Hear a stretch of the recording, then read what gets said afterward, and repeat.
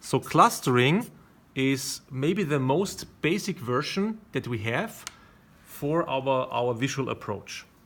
So let's have again a sketchbook page. And clustering now simply means, let's have two versions actually. Clustering could be equally if the content that I put on is of equal importance. Yeah? So let's say I want to talk about 4 topics and I know upfront they are of equal importance. So I want to make sure that I reserve like 4 equal parts of that page. Yeah? So now each of that content is equally important. Then maybe I can have a topic here and then I can have text in here. But I can also play with that. I can also play with the structuring and with the clustering. Yes?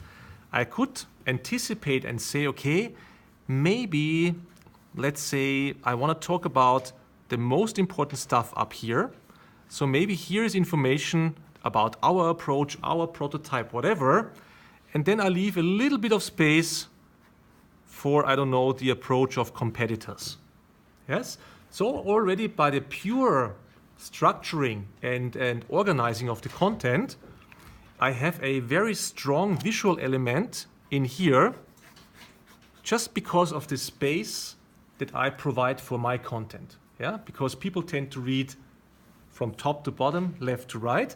So very natural, this one here that is on the top and fills the complete left to right space is seen as very important, whereas these 3 down here are seen as less important by our brain.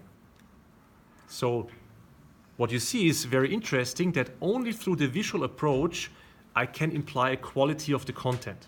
Yeah? Because our brain, because we are used to read like that, will recognize it. Yeah? So purely a couple of aspects for structuring through these clusters.